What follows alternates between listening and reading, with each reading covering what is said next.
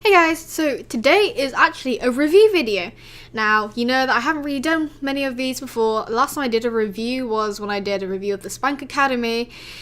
That sounds dodgy. I mean the Spank Academy tails. My tails. You can't even see them in the frame. Never mind.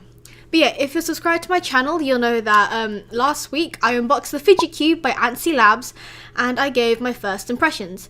Now obviously, first impressions aren't like an accurate review, they're just literally that, first impressions. So if you haven't seen that video, I'll link it down below.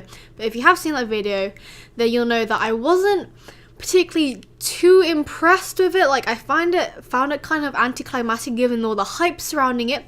But now that I've had this for a week, well, over a week now, I feel that it's time for me to give a proper updated review because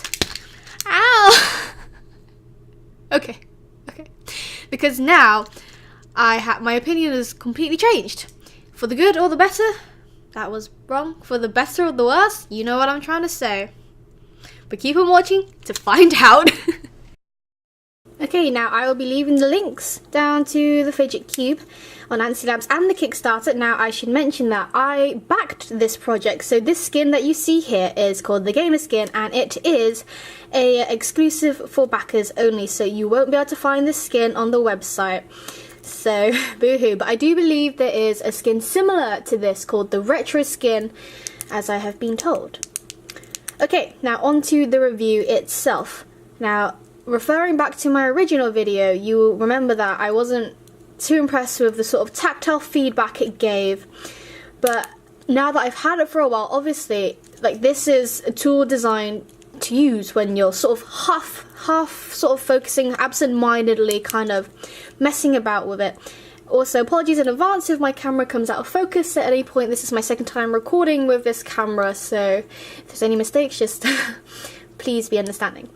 Now, like I was saying, I didn't find it stimulating enough by itself, but like I said, this cube is not designed to be something you put your full attention to. So having fiddled with this, like while watching YouTube videos or just sort of musing over projects, it's actually very, very well designed. It does keep your hand stimulated and occupied. Now, I complained initially that I didn't find it to be too high quality because it didn't have like a very substantial weight. But obviously when you want to be fidgeting idly with your hand, you don't want it to be too weighty. So this is actually a perfect weight. Now, a bit of a reference, I am 5 foot, so I'm quite small. This cube is actually quite small. In my hands, it may seem fairly large, but I took this out with me and I showed some of my friends and they were telling me how they felt that it was actually quite a lot smaller than they thought it would be. So that's just something to bear in mind. Like, ergonomically, it's perfect for my hand size. It fits in perfectly, it fits nice on my palms, fits in my 2 fingers, and I'm able to fiddle with each of the sides with my initial 3 fingers. So I think maybe if you're someone with a bigger hand, you may encounter problems with this, so that is kind of a con if you have bigger hands. I don't really pass this on to any of my bigger handed friends, so you may have to find a different YouTuber with bigger hands to give you an honest review on that. But for me, someone with tiny baby hands, it's like the perfect little size. Now, moving on to the sides itself. My favourite side is this side. It's just so good for when you're just absent-mindedly, you can just twiddle it. It's great, I love it. And also, again, apologies, I think my microphone might not pick up some of this, but we will see. I haven't quite got all my filming setup done.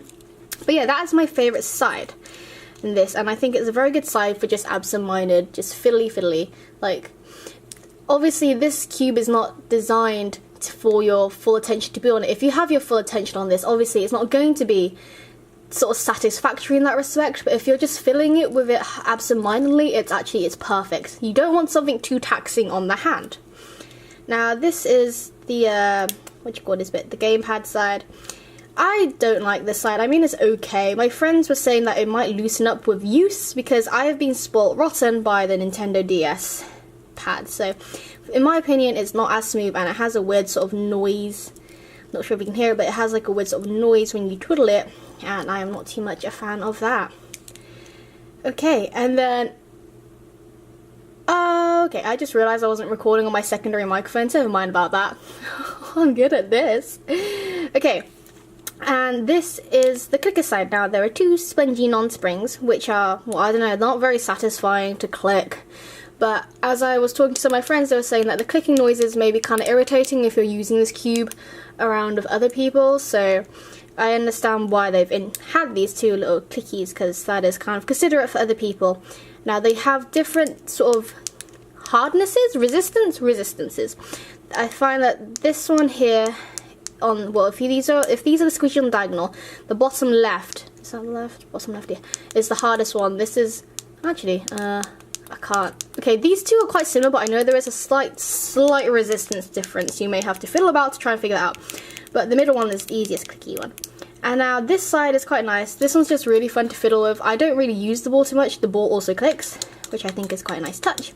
But I find these ones are quite nice to just sort of fiddle, and they've got like ridges on them, so that kind of adds for like a nice extra tactile feature, which I quite like. Now, if you remember, the feature I was most kind of disappointed with was the switch, because I kind of thought it was going to have the sort of resistance of like an actual light switch. But I mean, I don't know. Well, my light switches in particular at home are kind of tough, so I don't know if the light switches would be different for other people, but I expected it to kind of have the sort of resistance of the light switch I have at home. But like I said, because this is so ergonomically designed, you wouldn't want to have like a really hard, taxing switch. So this is quite nice to just kind of flick, and I was annoying my boyfriend by tapping out wheel number 1 with this, because I'm a fucking meme.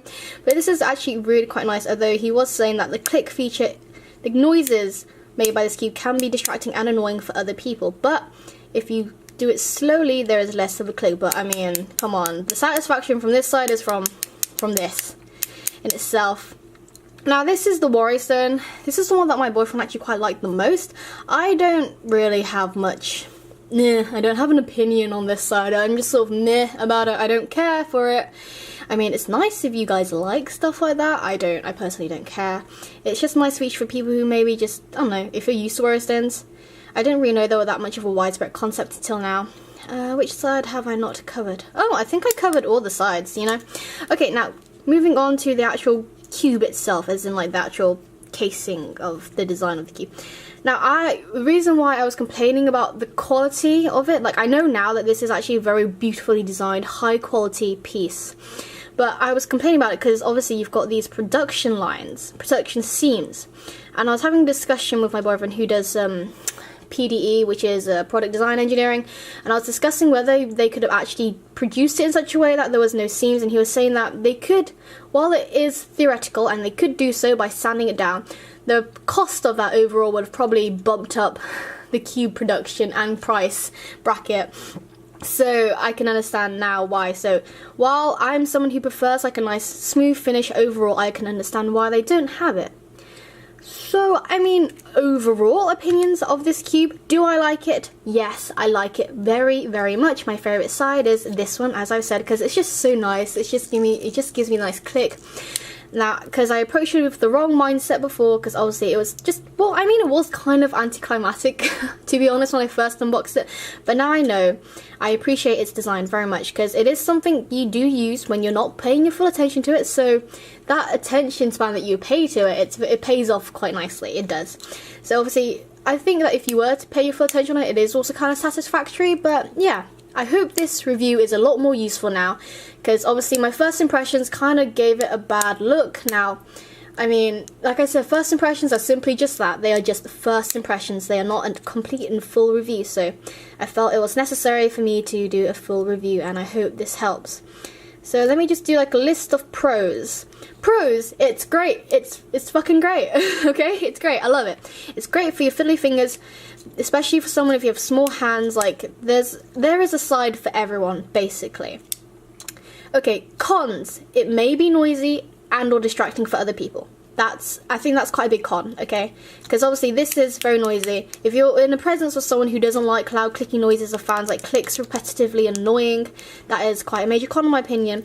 And then another con is just the production scenes, but I've already explained how I feel about that and where I stand on that. But I mean, other than that, this is a great tool for, well, just fidgety people. I mean, the current price pack, I think it's on sale right now for 17 quid.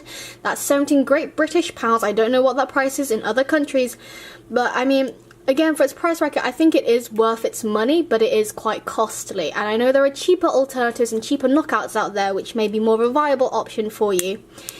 But overall, I like this. I would, if people wanted something like this, I would say go for it. It's great, especially if you're someone who likes to have stimmy things. I have an autistic friend. I ran this by her. She loved it because she was really excited. But obviously, the price bracket may put a lot of people off, is all I'm saying. So that's pretty much it. I hope you guys found this useful. Hopefully a lot more useful than my initial video, because I know that wasn't very much an honest review at all. If you have any more questions, feel free to ask me about them, because I can kind of answer them now. Again, I'll be leaving the links down below to their Kickstarter and the Antsy Labs, Antsy Labs website, so you guys can get your hands on it. I believe you can pre-order them, but they are not shipping until late February or early March. The reason why I have this cube now is because I was a Kickstarter backer, so I got, this is my tier reward basically, because I backed this way back in October, so I've been waiting a long time for it, so you can understand why I was kind of disappointed initially. But yeah, don't forget to give this video a big thumbs a big thumbs up. And oh, if anyone has any tips on how to work a Canon 80D, please let me know. This is my, like I said, second time filming with this camera, so any tips on that are appreciated. Don't forget to subscribe to my channel if you're already not. Now, I don't usually do reviews. This was just, I felt it was necessary to do a review on this cube, like a proper one. But I do other videos if you're interested. Check that out. And as always, I hope you guys enjoyed.